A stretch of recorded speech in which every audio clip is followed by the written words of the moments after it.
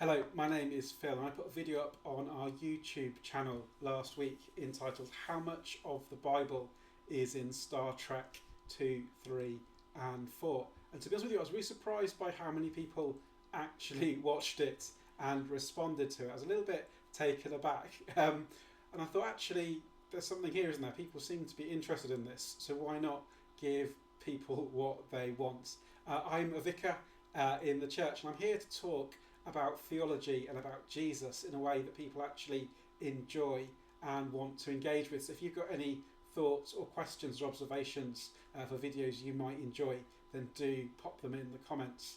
But one person on that last video on Star Trek, TT Payton, suggested that we look specifically at biblical references in Star Trek 2 to 4 because we just kind of looked at an overview of the story and I talked about how I thought it kind of mirrored the Bible story.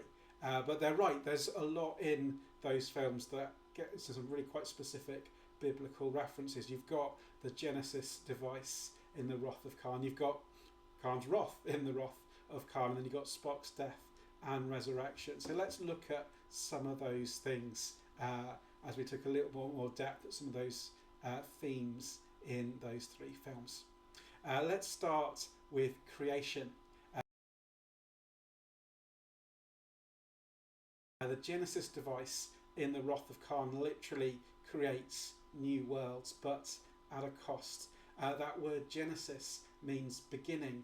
In the Bible, Genesis is the first book of the Bible that begins with the words "in the beginning." And in Scripture, creation is good because it's created by God, not by us. Whereas in Star Trek, humans try to play God, and the result is this unstable, uneven, destructive new place. It's a bit like a high-tech Tower of Babel. It's brilliant, but it's been brought about without wisdom, which I think is really fascinating when we think about Gene Roddenberry and his original vision for Star Trek. He had a very humanist approach for Star Trek. It's a vision of a humanist future, a society governed by reason, by ethics and by human potential. And so it's fascinating that even this rationalist progressive vision presented in these stories still returns to familiar biblical motifs: creation through design, the peril of wrath, and the appearance of the messianic figure with Spock's death and resurrection. So let's think a little bit about wrath now.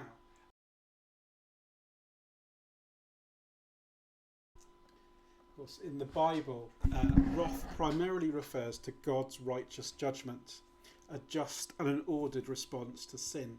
Human wrath, by contrast, is often unstable and destructive. Khan's vengeance illustrates this perfectly. He's prideful, he's obsessive, and ultimately it's all self-defeating. And in a way it mirrors that instability that we saw with the Genesis device. Just as human attempts to create perfectly are doomed to fail, so too are human attempts to enact justice without God's guidance. Romans 12:19 reminds us, "Do not take revenge, my dear friends, but leave room for God's wrath." Star Trek isn't preaching, but it shows us vividly what happens when humans try to assume God's role. So we've thought a little bit about creation and Genesis and a little bit about wrath. And thirdly, we're going to look at death and resurrection.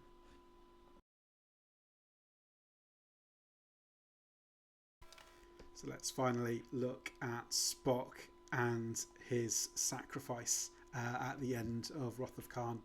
His sacrifice is this kind of substitutionary act, isn't it? The needs of the many outweigh the needs of the few. He's willing to give himself up for the good of the rest of the crew. And even though he transferred his Katra to McCoy, he couldn't have planned what was going to happen after that. He does have this kind of resurrection like Jesus, but his resurrection depends on forces beyond rational calculation. Humans, or Vulcans in Spock's case, could not design nor predict what was going to happen. In Roddenberry's rationalist universe, this shows us that while human efforts to create the perfect are limited and they're unstable. There's this restitution, this true good that comes from outside human control. Spock's death and resurrection echo John 12:24. Unless a grain of wheat falls into the earth and dies, it remains alone. But if it dies, it bears much fruit. Star Trek isn't preaching the gospel, but it kind of orbits the gospel's gravity field. Themes of sacrifice, life restored, and hope beyond human planning are all there. And there's something deeply ironic about the fact that this came from this humanist, post-religion, post-Christianity vision of what the world and the universe could be. But ultimately, it still comes back to these endless, eternal Christian concepts.